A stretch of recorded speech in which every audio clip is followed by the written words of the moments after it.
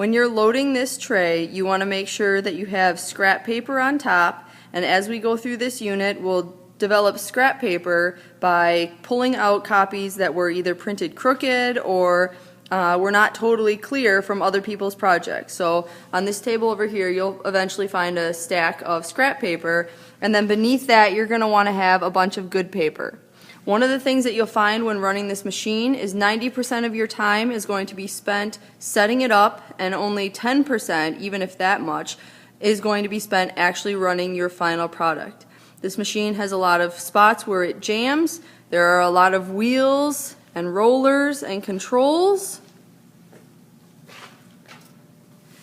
And the more moving parts there are, the more complicated it is, and the more problem spots that there are.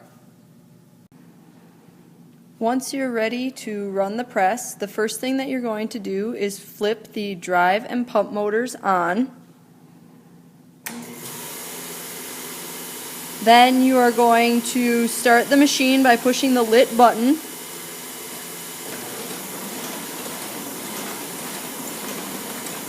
You're then going to move the operation control handle all the way to ink.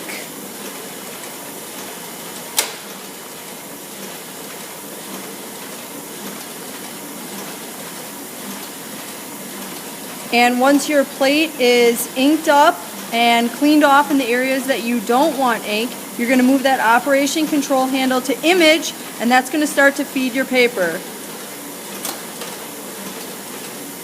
If for some reason you need to shut the machine off, your two options are to turn off the drive motor and the pump, or to open one of the gates.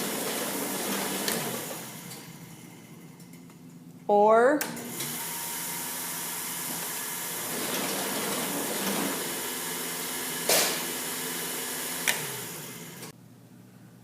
one common problem that happens when you're running the offset press is that the feed table does not rise. If this happens to you, the problem might be that the table release lever needs to be pressed up. Another common problem is that the paper is not lifting up. If this happens, oftentimes it's a result of the sucker feet not being open or active. Sometimes these little rubber pieces get tears in them and it breaks the seal so it can't lift the paper. Or, as you'll notice right here, the sucker feet are all over the paper. Sometimes you'll get one where just one of them is closed and it's picking it up crooked and crinkling the paper. So you always want to double check to make sure that these are all lifted up, so there's a gap in there, and that means it is open and working. Another problem that can happen while the press is running is that the plate gets too dirty or your paper gets entirely full of ink. Oftentimes this is a result of running out of fountain solution or not having enough fountain solution going onto your plate. In this case, you would want to adjust the Aquamatic feed control lever. If you need to stop the press while it's running for any reason, say to go around to the other side and check the quality of your print, you have the feed control lever right here. Lifting it up means it's automatically taking the paper and sucking it through. Pushing it down will stop the process, but it keeps the rollers going, which is going to keep your plate from building up with ink. So if you just need to temporarily stop the paper to check something, my recommendation is to use the paper feed control to do that, as opposed to using the drive motor and vacuum pump switches to stop the machine. When a jam happens, you want to stop the machine. So we're going to open one of the gates, and that automatically stops the roller. Then what we are going to do is pull out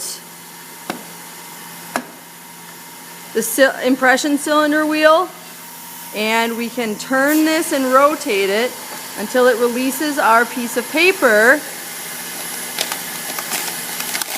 and we clean it out and start it up again.